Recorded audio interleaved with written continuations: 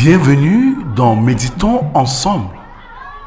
Chaque jour, du lundi au vendredi, nous allons partager un moment de méditation et de réflexion ensemble pour nous connecter à Dieu et à nous-mêmes. Dans un monde où la vie peut être rapide et agitée, nous invitons à prendre un temps d'arrêt pour respirer, pour écouter et pour se laisser guider par la parole de Dieu.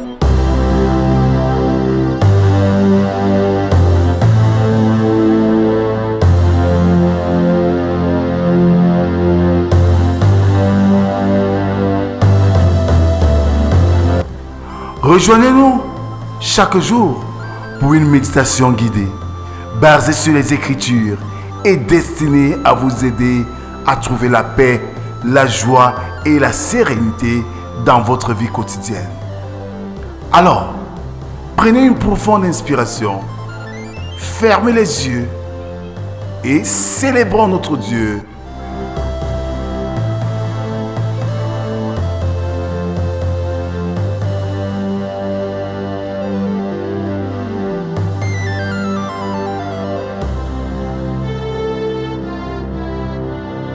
Allô, bien-aimés dans le Seigneur, bonjour.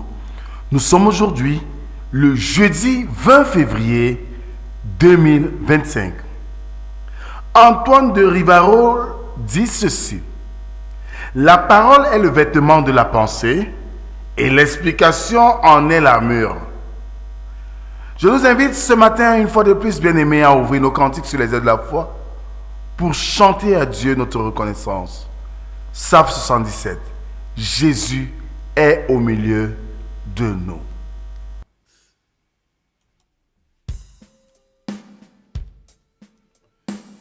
Sur les ailes de la foi, numéro 77, Jésus est au milieu de nous. Jésus est au milieu de nous. Son regard s'abaisse sur nous. Sa douce voix l'entendez-vous? Oh, je vous aime tous. Jésus est au milieu de nous. Son regard s'abaisse sur nous. Sa douce voix l'entendez-vous? Oh, je vous aime tous. Oh, je vous aime tous. Oh, je vous aime tous. Sa douce voix l'entendez-vous? Oh, je vous aime tous. Alors mes frères, continuons notre adoration avec le psaume du jour, le psaume 55 dont nous ferons lecture des 5 premières strophes. Ô Dieu, prête l'oreille à ma prière et ne te dérobe pas à mes supplications. Écoute-moi et réponds-moi. J'erre ça et là dans mon chagrin et je m'agite. À cause de la voix de l'ennemi et de l'oppression du méchant, car ils font tomber sur moi le malheur et me poursuivent avec colère. Mon cœur tremble au-dedans de moi et les terreurs de la mort me surprennent. La crainte et l'épouvante m'assaillent et le frisson m'enveloppe. Amen. Dieu très saint et juste, tu nous rassembles dans ce cadre de méditation quotidienne pour nous inviter à apprendre à te connaître. Viens donc, Seigneur, en ce moment. Parle, nous t'écoutons. Amen.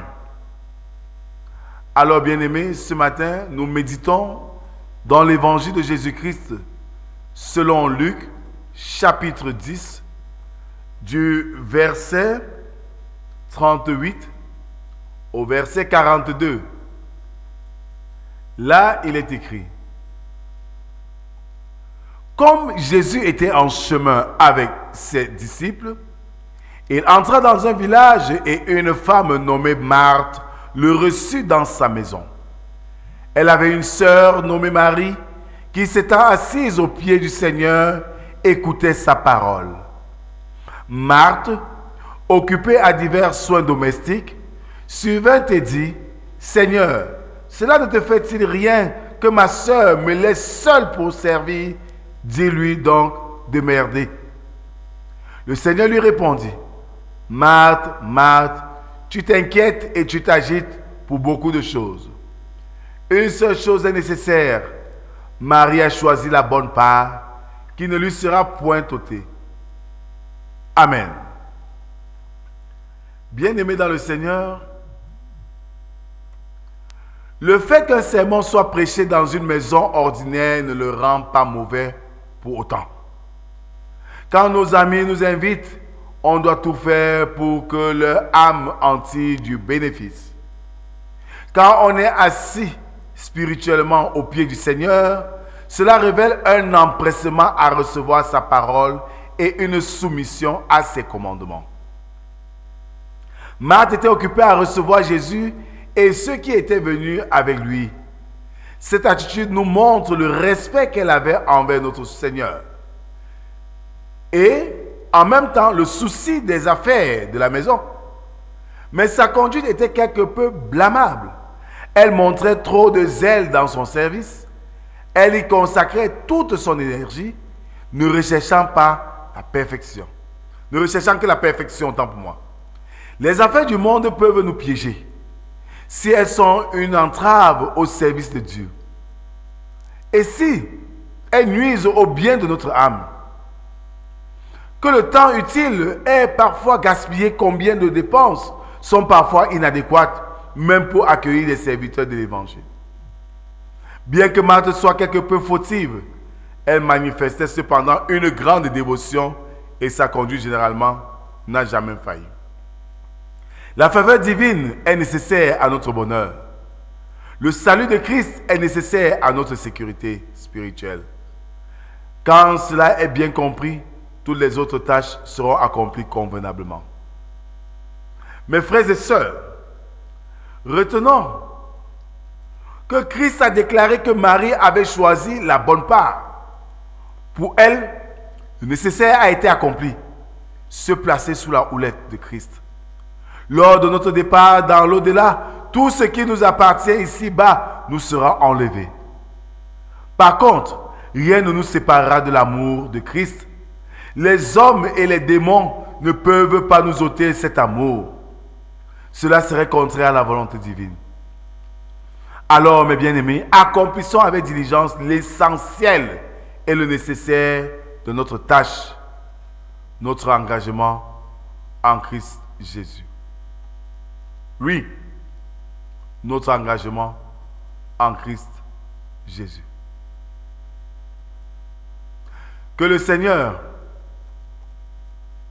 ce matin, par ce message, nous donne de comprendre que bien que nous soyons saturés par les activités du monde, que nous ne nous éloignons pas de sa face protectrice et de sa main puissante qui nous guide.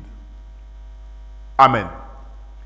Merci Seigneur pour cette occasion que tu nous donnes d'écouter une fois de plus ta parole et de la mettre au centre même de notre attention. Dans une société qui nous distrait à plusieurs niveaux, nous venons à toi, Seigneur, ce matin, te demander la force nécessaire pour nous concentrer à l'essentiel.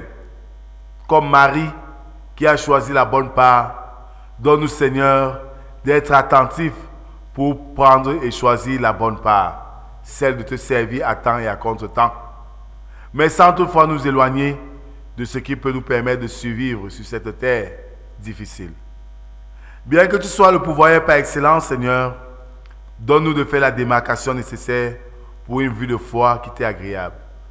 Nous te prions, Seigneur, pour cette journée, pour les activités que nous aurons à faire, que ces activités ne nous détournent pas de ta face, mais nous donnent plutôt d'invoquer ton nom et que ta grâce nous accompagne.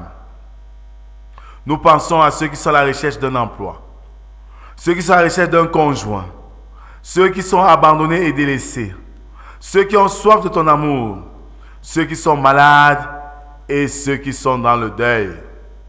Ne les abandonne pas, Seigneur.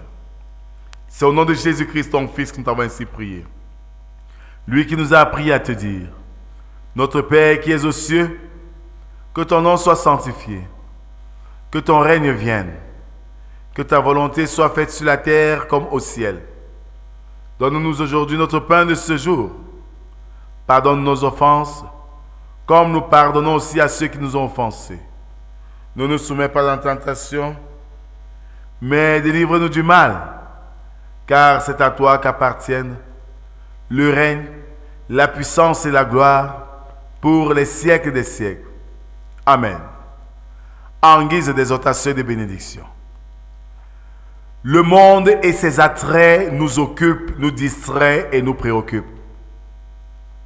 Mais sachons que Marie a pris la bonne part, celle d'être attentive, je voulais dire, et dévouée à la cause du Seigneur. Faisons de même et nous ne regretterons jamais notre choix. Que la grâce, la paix et l'amour de Dieu soient et demeurent sur chacun d'entre nous. Au nom du Père, du Fils et du Saint-Esprit, un seul Dieu éternellement béni. Amen. Bonne journée à tous et à demain si Dieu le veut. Shalom, shalom, shalom. Tout en remerciant tous ceux-là qui, de près ou de loin, ne cessent de soutenir cette action d'évangélisation. Bye bye. Ça baisse sur nous, sa douce voix, entendez-vous, oh je vous aime tous, oh je